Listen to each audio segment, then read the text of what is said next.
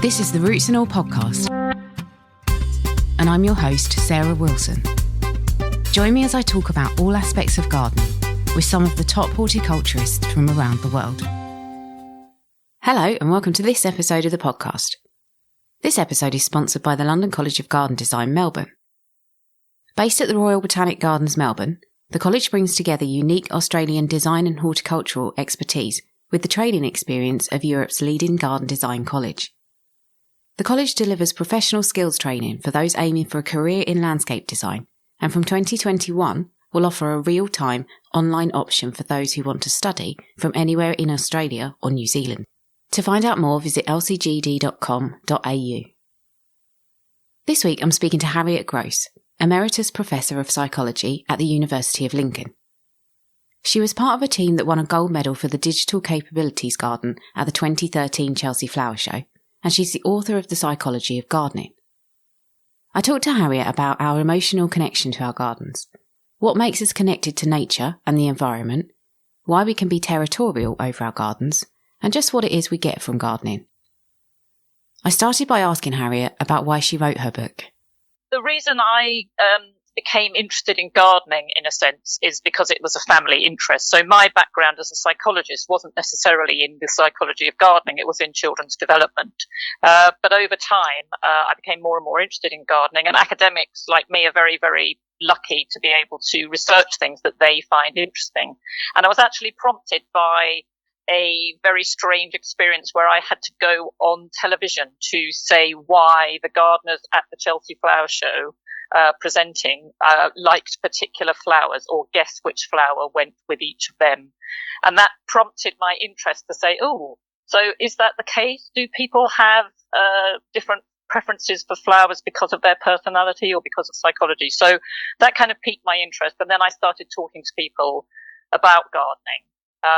And as someone who personally had a garden but hadn't really done very much dramatic about it, I thought, oh, well, I'll just talk to other people about it. And as I did that, and as a psychologist who'd been interested in how children develop and develop their interests, I found it really fascinating that so much of gardening covered lots of bits of psychology. And that really kind of drew my attention, because psychology sometimes felt as though it was a bit remote from people's daily living, rather than being about the processes that underpin that living. So gardening was a really good way to kind of talk to people about what things were important to them. And the reason I wrote the book was because once I discovered this, I thought, oh, I think other people need to know about it.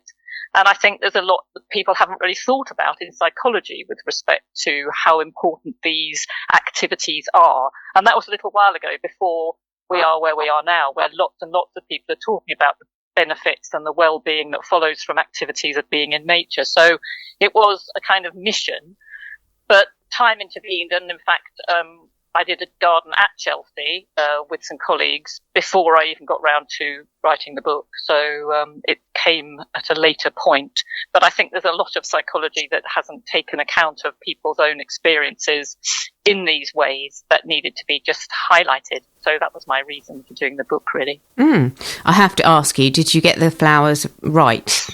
I did just about get them right. Yes, I had to stand in a makeshift studio in a tent at Chelsea and say which flower had belonged to which presenter, and then they had to say why they liked it. I did just about get it right, but it was a completely random thing that I was asked to do as a psychologist. And that's, psychologists get asked that, and strictly speaking, professionally, if it's not an area of your expertise, you shouldn't really do that kind of thing. But it just seemed like a fairly light-hearted moment. But it did prompt a change in my activity, so it was quite good from that perspective.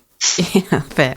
And it is interesting what you said. But obviously, probably more people are gardening now more than ever. And I did wonder, reading the book, whether the amount of research that's been conducted into the psychology of gardening is actually commensurate with its popularity in this country. Do you think that it is?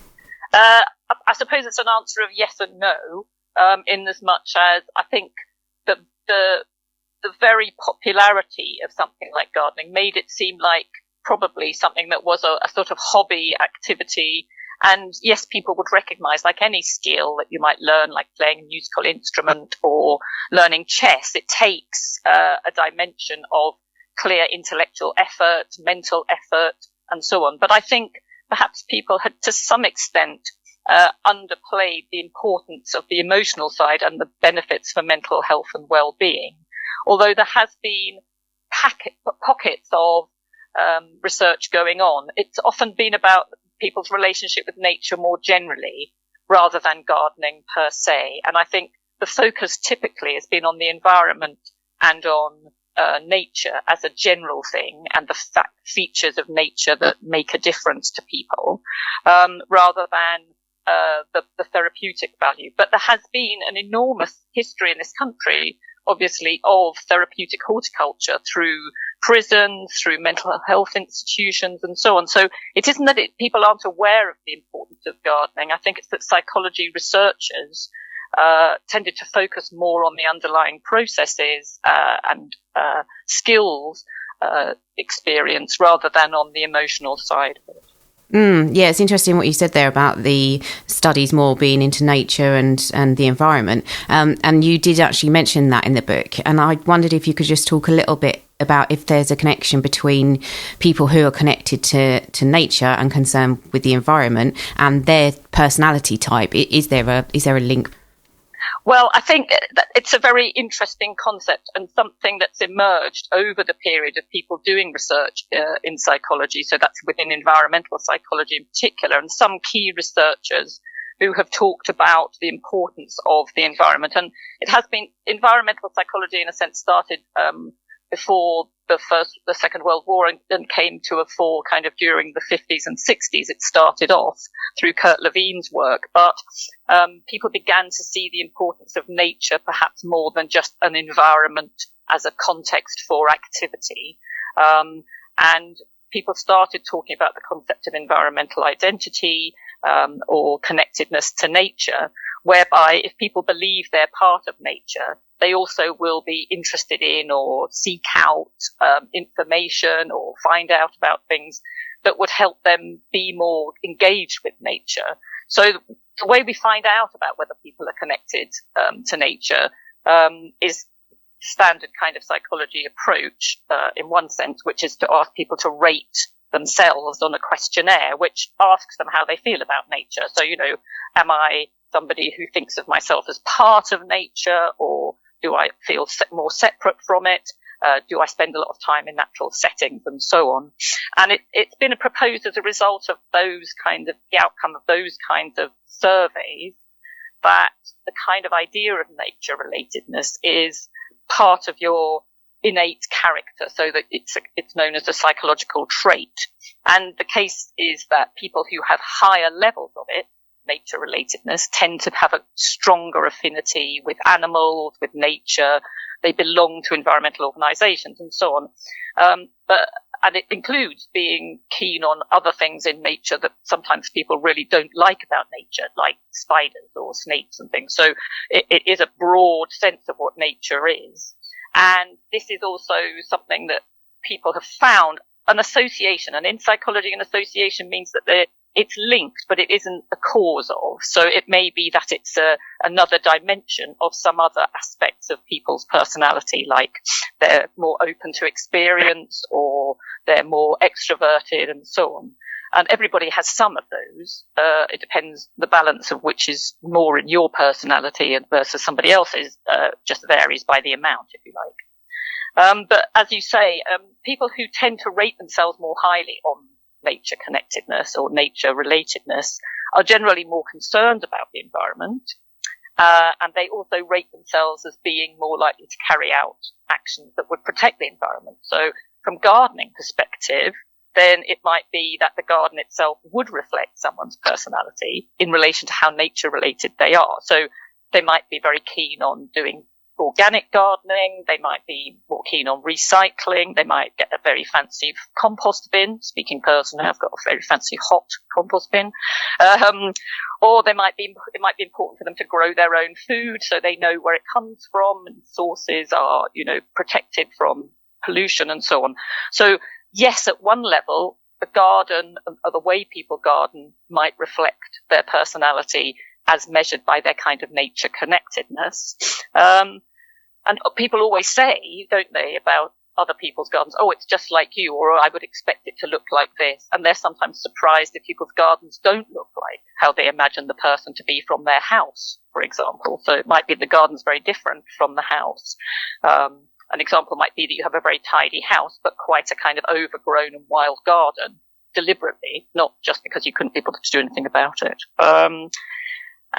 But also the person's style of gardening might be connected to other aspects of their personality, like something that's been called the perceived need for structure, which isn't related to the environment. So there are other parts of personality that may determine how a garden is, that isn't just to do with connectedness to nature. So it might be that people are more concerned about having control over things, so they want a garden to be tidy, or they want it to be well managed and allow space for social interaction and so on. So their own individual preferences are important with respect to that. I think in the book I talk about somebody talking about their mum's buddleia and mum's rockery, and dad's garden having annual bedding plants and so on. So differences in the way we garden may reflect other things about us, not just our nature connectedness and the environment. It's really interesting. I was thinking about what you said about a tidy house and then a slightly freer style garden, which I would say kind of sums up my environment. But it is a conflict, I have to say, because I like to have kind of tidiness, and sometimes looking out at a garden where you really should leave it alone, but it's like having an itch you can't scratch, because there's part of you that's going, yeah, I know, but I'm looking at this and I really want to go out there and I really want to tidy it up, and I know if I tidy it up it'll make me feel a lot better. But where does that instinct come from? Is it that the control thing, the kind of desire for control and order over your surroundings? Yeah, I mean, I think it's a number of things, because it's not a need for control in terms of absolute tidiness. It's about being able to make decisions and being able to be decisive in the context in which you find yourself. So the thing that, if you like, causes you that conflict is because your normal preference is to be a person who likes to be decisive, and that's demonstrated in the fact that you've decided you want this room or this area to be tidy. And the conflict is feeling that you can't have time or the energy to do that everywhere, but also that you're also, unlike a house, where although living with a family or with partners and so on, your house gets messy because they move things. Outside in the garden, your relationship with nature is different. So you might start off with it tidy, and then things grow. Like the last summer, everything grew enormously over the summer, and so suddenly your garden, which looked quite neat and tidy, has suddenly gone, hang on a second, this won't do. But at the same time, because you believe that nature is an important part of this relationship, you don't want to just go out there, if you've got a kind of high sense of nature connectedness, and go, right, I'm just going to chop everything down again, because you're going, well, this is how it's done really well this year, so I need to give it credit, kind of thing. So I think there's a kind of mix between the different aspects of oneself, and it happens in all areas of life. If you were to talk about being environmentally aware, it'd be very interesting when we see how many people have taken up gardening in this period since the pandemic, and I know we might talk about that later, is that will those people continue to be focused on the environment in the way that they have been? They're all wanting to fly away to foreign countries and have a holiday, but actually, environmentally, flying is a terrible thing. So people's behaviour is not consistent, and I suppose that's the point I'm making, that consistency depends on circumstances and also other aspects of your relationship. So your connectedness to nature may overcome your need for control, for example. Yeah, I think also gardens and homes are, to a degree, a reflection of your personality or your self-identity. So if you have a messy garden, I think, and this is an issue for a lot of people who like wildlife gardening, they feel that, people might be judging them by the state of their garden, and if they don't understand why it's looking a particular way, then that could be seen as a slight on them.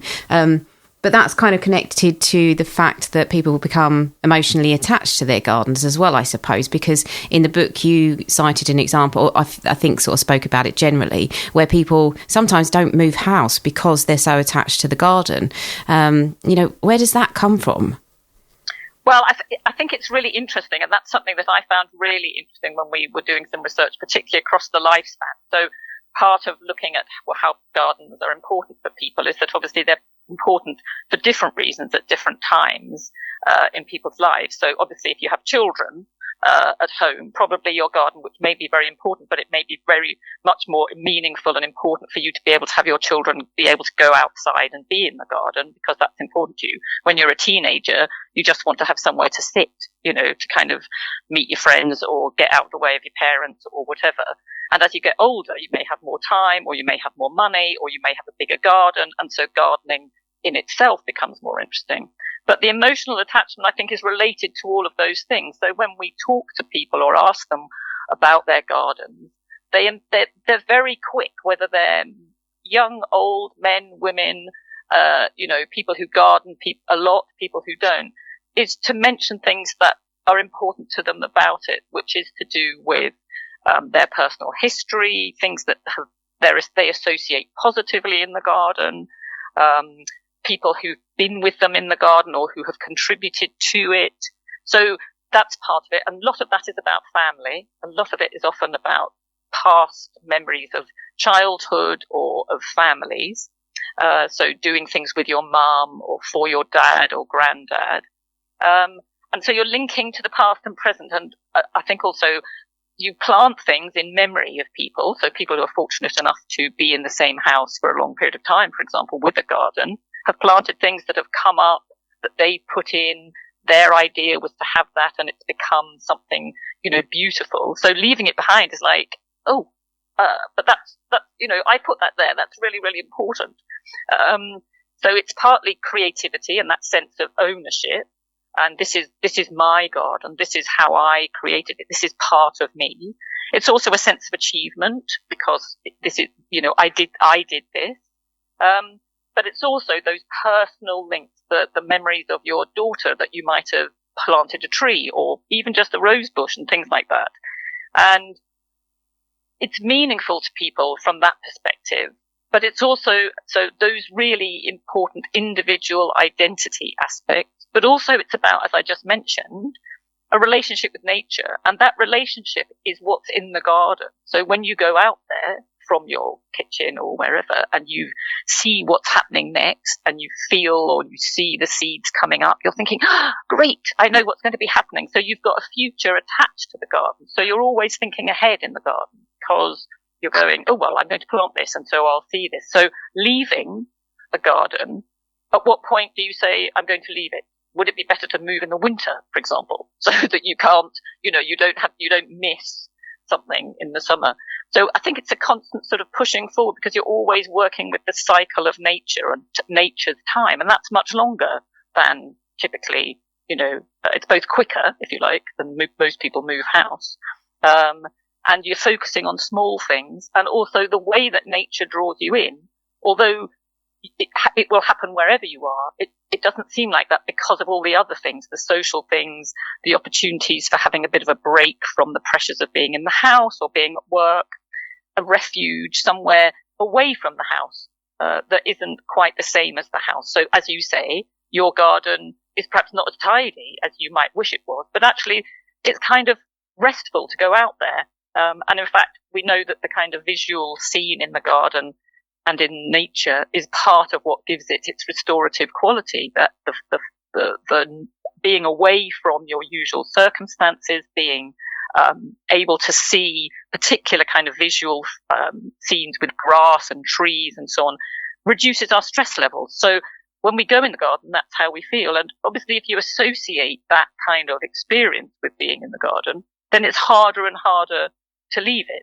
So it is like being in your home and leaving your home. It's not just an addition to a home. It's not just an extra room that you've got. It's a reflection of all those aspects of your own personality and identity more than personality, because it may be where you don't have to be a mum or a dad. You're a gardener when you're out there.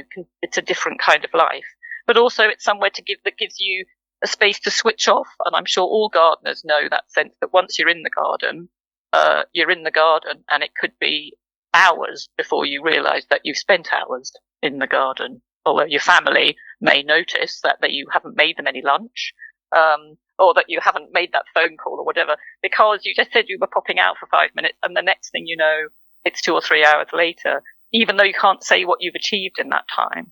And that sense of freedom is a bit like a form of mindfulness. It's often called flow, where you become so absorbed in doing something that you really don't notice the passage of time. And that's a very freeing experience, and also allows you mentally to relax, because you're not, worrying about things that are happening, or you are able to stop being worried about them. Yeah, again, I think it's, for me personally, it's a conflict, because I like the restfulness of looking out at a particularly well-ordered garden, and where there's a structure and a sort of pattern. I like all of that. That speaks to my, my brain. But I also like to be able to go out in my garden and, kind of lose myself in what I think is termed as soft fascination. So in a garden where it's maybe more messy, you've got more wildlife, you've got more close-up detail. So I think it's some and some. Probably you have to, and that's the art of gardening, and finding a garden that works for you. It's striking that balance between the kind of bigger picture and the smaller detail, maybe. But also, so the fact that we sort of imbue our gardens with meaning that's personal to us, is that another reason why we get so territorial over them? Because I'm thinking of those programmes probably that are on Channel 5 where, you see terrible neighbours having the worst disputes, and it generally comes over sort of boundaries and gardens, and people get unbelievably angry about anything to do with gardens, and maybe cutting back shrubs and neighbours' hedges. It's such a point of tension. Is that to do with the fact that these things are kind of the embodiment of us, or an extension of us? Well, I suppose, yes, to some degree. I mean, I think there's some very interesting work about boundaries and neighbourhood boundary disputes and how those are managed. And I think we are very territorial, particularly in the way that, because for lots of us, our boundaries are very clearly demarcated by fences and things like that with houses, or there are the width of our balcony, or we are very clear about which is our bit and which is somebody else's bit of garden, and so on. And I think it is often driven by what makes it important within our own garden. So if within your garden you're concerned about having more of a wildlife garden, then if you see people chopping down trees and removing hedging in order to put in a fancy new fence, you may think, well, they're not adhering to the principle of what gardening and nature is about. It's not just about having a nice room in the garden. It's about having nature. And, you're making nature not, the view is that you're changing it. But also it is, I think it's a more fundamental human instinct to protect one's own boundaries and environments. Particularly if if you get on well with your neighbours, then that's absolutely fine. But if you don't necessarily have a good relationship with your neighbours, then an outside boundary dispute probably reflects a larger kind of lack of contact or communication with them. Even I'm sure that, my neighbour, for example, I think probably thinks I'm a bit unhelpful because I've asked to trim her trees, because they overshadow my garden such that all my plants lean out one way. It doesn't affect her because they are on the other side of the fence. But, we try to have a reasonable relationship over this, and we only do it occasionally. So I do understand that sense of that kind of boundary. This is my boundary, and I've decided what's in my garden, but if it's not going to grow here because of what you're doing, or if you're going to put cement along the edge, then my roots of my plants won't do as well. So I think it is about that kind of identity and investment and commitment to our gardens. Although I think it'd be fair to say that in many cases there are some kind of standards that annoy, like, conifers getting 6 foot, starting at 6 foot and then being 20 foot high. So it's kind of reasonable. She said. No, it's understandable. I get that. Yeah, but I suppose what I would say is that for a lot of people, boundary disputes are not about the actual garden. It's about a kind of feeling of invasion in some other way by noise, things like that. So yeah, it's a real issue. I know. That also in the book was interesting because, you spoke about gardens and all the things that they embody for us. But then I thought, well, okay, a lot of people are invested in allotments, and they're not necessarily extensions of the home. So, what's the fascination, or what's the reward, or the kind of human benefit to having an allotment? I think the benefit from an allotment is all of the above, effectively, and boundary disputes are just as much a case in allotments. True. On allotment sites, people going, well, I don't want the weeds from their allotment coming onto my carefully tended, sieved soil. I've clearly done that. So I think all of the above, so all of that emotional stuff about personal history, links with the past, investment of time and effort, relationship with nature, and particularly, it's a very kind of, particularly if people choose to grow vegetables on their allotment, the kind of natural cycle is to some extent slightly speedier than some of the ornamental kind of processes of kind of development. So it might take a while for your rose bush to look more like a bush, but if you plant carrot seeds, they'll look like carrots in the same kind of 6-month period, and that's quite a short cycle, if you like. And so the fascination of seeing things coming and then being ready is even more the case on an allotment sometimes than it is in the garden, the home garden. So I think it's all of those. The other thing is, I think that what I've said about your home garden is that it's a different space than your inside home. And of course, an allotment typically, apart from a very few people who have them at the end of their garden, it's a real separation. So it's somewhere to go that is personal to you, but it is separate from home. So it is a real refuge where not only can you go to mull over those things or kind of experience nature, but you can have space from the things that are around you normally, which may cause you anxiety, may be causing problems, or you're having to deal with, or that gives you space to think about work. And lots of people that I've talked to about allotment volunteer quite freely that they consider it to be their sanctuary or their refuge, and they have gardens at home. So it's more than what they can have at home, because it is separate from home. And the other value to it is that they have a purpose to go there, which is to produce food or increase their ability to compete in flower shows or whatever it is that they can't necessarily manage at home because there's family or other commitments and so on. In the garden, for example, the children need to play ball, and so you can't keep prize dahlias because they'll just be knocked over all the time. So those kinds of freedoms and the sense of being able to switch off outside the boundary of your home fence. The other thing I think to say about allotments is that they are communal, and they are a community. So even though there are boundaries to each allotment, there's other people there who have the same interests as you. So there is a community of people.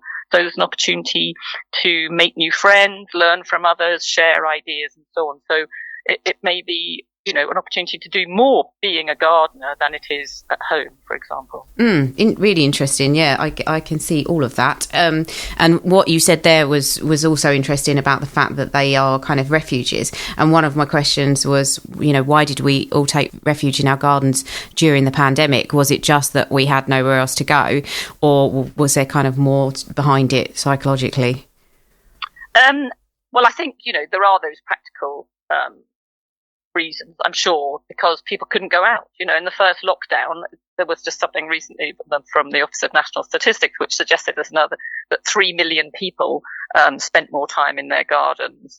Another 3 million people over and above the 27 or so million people already gardening during the first lockdown. And of course, the timing of the initial lockdown was such that it was a great time to be in your garden. The weather was generally very good. You could get outside the house. You were all at home if you're in a family or on your own and you needed and working. It was somewhere you could go without having to leave the house. So some very practical things. And the lack of anywhere else to go because everywhere else was shut. And also some of the things that I think prompted and people have talked about was at the beginning of the lockdown in particular, there was such a huge change in the level of noise from traffic. And people suddenly notice things more around them more. So we know from research that, even being able to see nature is beneficial in lots of different ways, whether that's seeing pictures of trees while running on a treadmill, or whether it's looking out of the window while you're in hospital, all give an increase in mood or improve recovery rates or reduce stress and so on. And being able to notice nature more, even for short periods, certainly calms people down. And then you're more able to notice the things that are happening in your garden, even if they are annoying you. So people have said, I've had to make over my whole garden because I realized that it looked terrible, or I've really enjoyed digging things that I'd never done before. So also an opportunity to do things that otherwise they don't have time to do, for example, like because they're going out. So it is a kind of balancing of activity.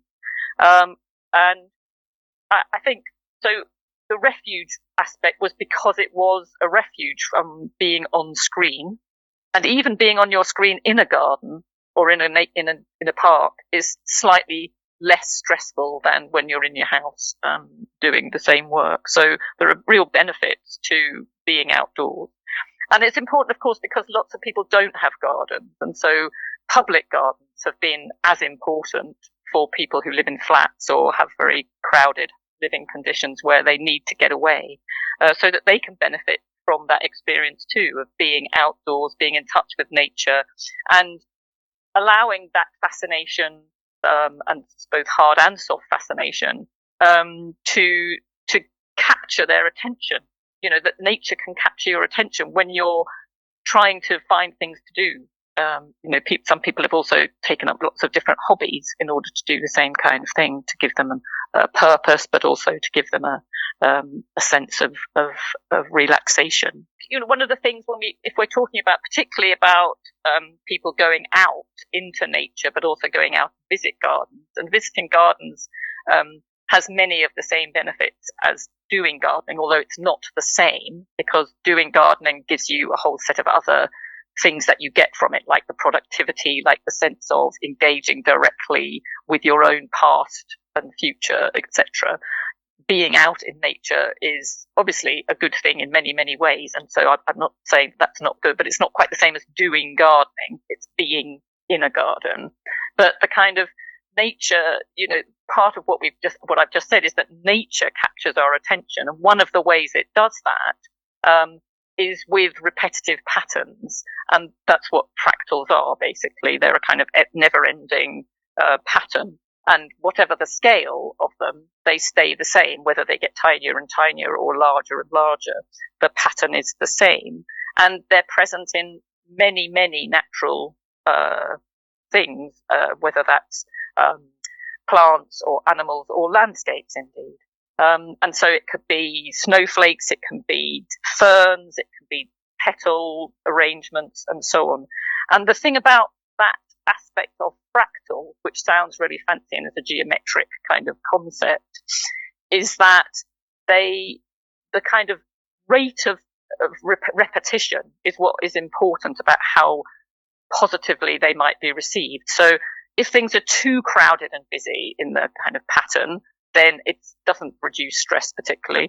But if they're too repetitive, so if they're just rather kind of spread out, then equally that doesn't work as well. So the point about the kind of recurrence or the repeating is that when it happens at different sizes, particularly, and that's something that happens in plants and in some other natural things like river deltas and so on, what there is less effort in processing that information. And the benefit of that is that one of the things about gardens being restorative and nature being restorative is the idea that it requires less mental effort, that it reduces our stress by reducing the amount of mental effort we have to make to attend to it. And because something repeats, we don't have to keep attending to it because we know what it's like, but it is as well hugely attractive in itself. So a grassy landscape that's got like open views and trees is an ideal kind of landscape view that people like. And that's why a lot of gardens look like grass and trees and some shrubs, because that is a particularly ideal kind of balance of repetition. But individually, things like flowers and trees and so on draw and are attention grabbing because of the way that they go from large to small and so on. So it's about reducing the stress for people when they're in nature by nature itself having these features that we unconsciously notice. So they're easy to process and they let the brain kind of recover from other things we've been doing, which take a lot of attention, especially things like being on computers all day, for example. As if we need any more reasons to get away from our computer screens and out into nature. A very big thank you to Harriet for being such a fantastic guest and for shedding light on the psychology behind why we love gardening. And once again, thank you to the London College of Garden Design, Melbourne, who sponsored this episode. Don't forget that from this year, the college will offer a real-time online option for those who want to study from anywhere in Australia or New Zealand. To find out more, visit lcgd.com.au. Thanks to you for listening. Here's Dr. Ian Bedford with a phenomenon found in the bug world that is, well, I'll leave it to Ian to explain. Within the animal kingdom, there's a number of species that have evolved ways to generate sound by rubbing together two different parts of their body. And they use these sounds as signals, which are usually unique to each species, to either deter predators, attract mates, or confront rivals. Described as chirping, shrilling, or rasping, we call this noise-making technique stridulation.